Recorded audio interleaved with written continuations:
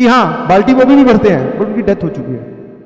मैं कहा अब आप मुझे डरा रहे हो, आप सीरियसली बताओ कि आप कहना क्या चाह रहे हो। कहानी कुछ ऐसी है, मैं कोटा गया तो क्लास 11th में एडमिशन लिया तो वहां पे क्या है, हमने उस टाइम पे पीजीज वगैरह अभी भी चलते हैं, बट उतनी फैसिलिटी होती नहीं थी, तो लोग जो है वो अपने घरों में रखते थे। तो मैं गया तो वहां पे मैंने भी एक रूम ले लिया। अब रूम का आपको डायग्राम पूरा समझाना पड़ेगा, तब आपको वो स्टोरी समझ में आएगी। रूम मतलब पहले घर का वो देखो सर, ये घर की मेन गली है और ये दो एंट्रेंसेज है, दो एंट्रेंसेज है घर में। और ये एरिया जो है फर्स्ट फ्लोर, सारा ग्राउंड फ्लोर है, फर्स्ट फ्लोर कुछ नहीं था इसमें। ये एरिया जो है इसमें मकान मालिक, अंकल आंटी, उनका बेटा, उनकी बहू और मतलब उनका पोता, ये सब थे। इधर पीछे तक जाओगे तो एक कमरा यहां है और एक कमरा यहां है। इस कमरे का साइज थोड़ा बड़ा था, ये कमरा थोड़ा छोटा था, मतलब आप ऐसा समझ लो। बीच में हमारे पास यहां पर one is washroom, another is bathroom, ठीक है, समझ गए इतना। यहां पर अंकल आंटी रहते हैं और इसकी दो एंट्री थी, यहां से यहां, और मेरे वाले कमरे की भी एक ही एंट्री थी, बिकॉज मेरा कमरा छोटा था।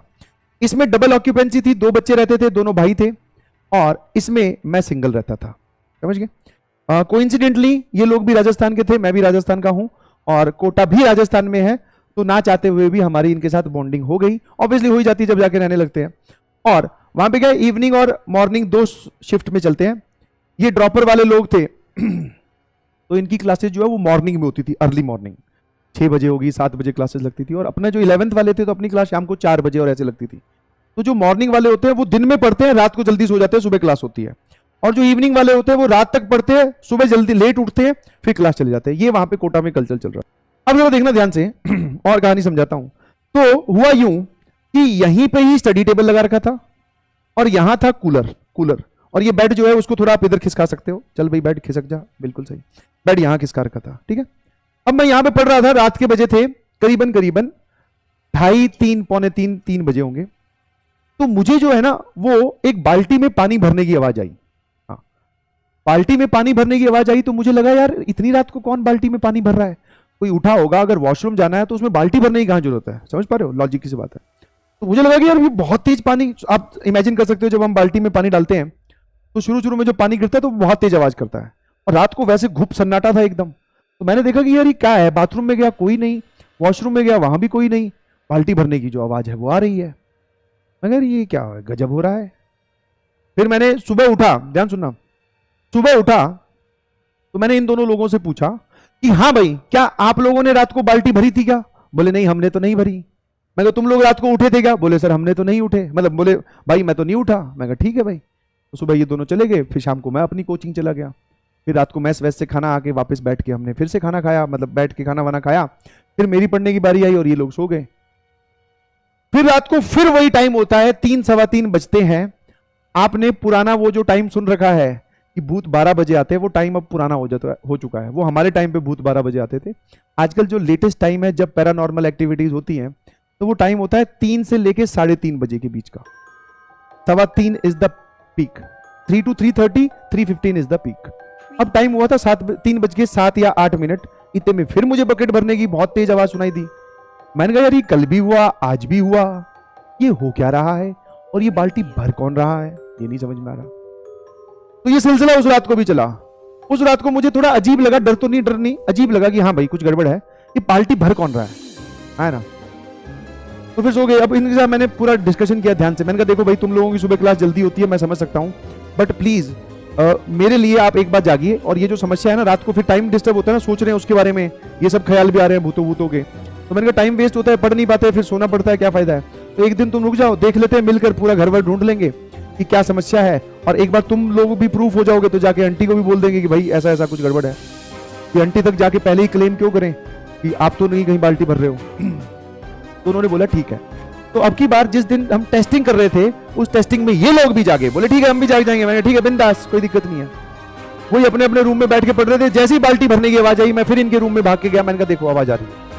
उन दोनों लोगों ने बोला हाँ आवाज आ रही है, यस इट इज। मैंने कहा ठीक है भाई आवाज आ रही है। अब मैंने कहा पता करो कहां से है। तो उनको भी नहीं पता चला कि कहां से है और क्या सिचुएशन है। मैंने कहा बट आवाज आई ना? बोले हाँ। और वो थोड़ी देर के लिए आती है, जब तक 1-2 बाल्टी भर जाए उतनी तक की आवाज, बस। फिर मैंने कहा यार अब ये बात आंटी से करनी चाहिए अपने को। मैंने कहा ठीक है भाई। जाकर हम गए आंटी के पास। जो आंटी की जो बहू है वो हमसे मिली।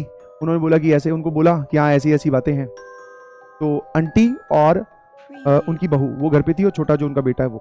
तो उन्होंने बोला कि हाँ ऐसा बाल्टी जो है ना, उन्होंने, वो जो लड़की है जो मतलब दीदी है, उन्होंने अपने ससुर की तरफ इशारा करते हुए बोला कि हाँ जो रात को आप सही बोल रहे हो कि बाल्टी भरते हैं हमारे, वो पिताजी बोल दो, पापा बोल दो, या ससुर जी बोल दो कि वो भरते हैं रात को बाल्टी, वो भरते हैं। मैंने कहा 3 बजे क्यों भरते हैं, फिर उनको भरना तो दिन में भर लो ना।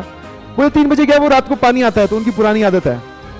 ठीक है, कोटा में उस टाइम पे 3 सवा 3 बजे की तरफ से वाटर वर्क्स का पानी जो है वो रिलीज हुआ होता है, या जो भी है।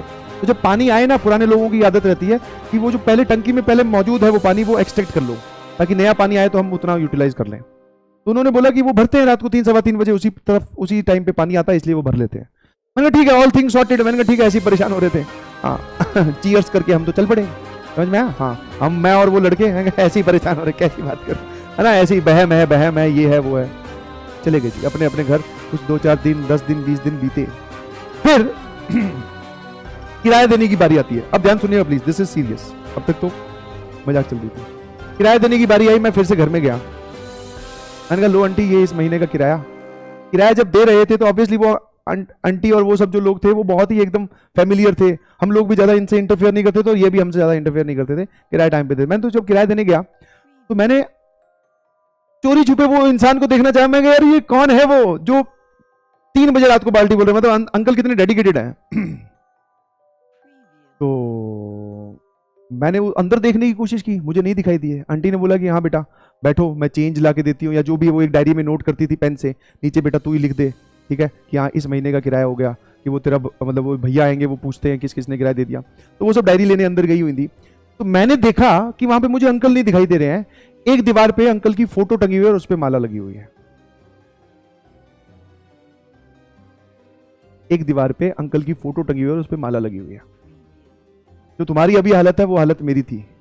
मैंने आंटी से पूछा, वो दीदी भी थी वहां पे, मैंने पूछा कि अंकल, बोले अंकल की तो डेथ हो चुकी है। मैं कहा है, अभी 20 दिन पहले मैं आया था तब आपने मुझे बोला था, 20 दिन पहले जब मैं आया तब आपने मुझे बोला कि वो रात को बाल्टी भरते हैं, और अब आप बोल रहे हो कि डेथ हो चुकी है।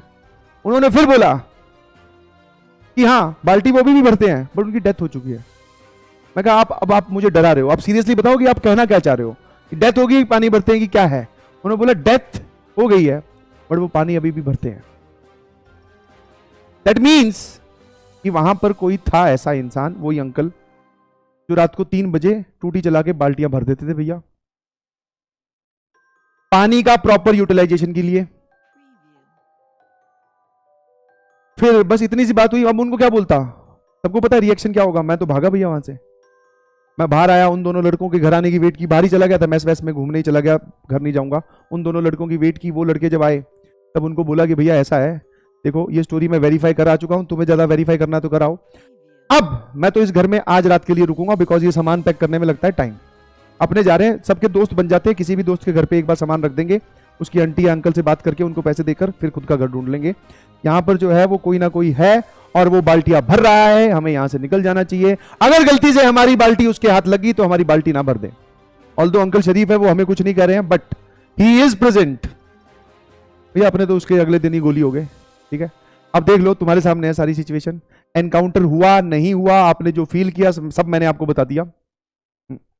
हाँ, ना ही मैंने कोई उड़ती हुई चीज देखी, ना ही मैंने कोई घसीटती हुई चीज देखी। जो मैंने आपको देखा वो सारा बता दिया। नाउ यू डिसाइड कि ऐसा होता है कि नहीं। ठीक है, हाँ, तो इसलिए भैया हमने वहां से वो घर छोड़ दिया।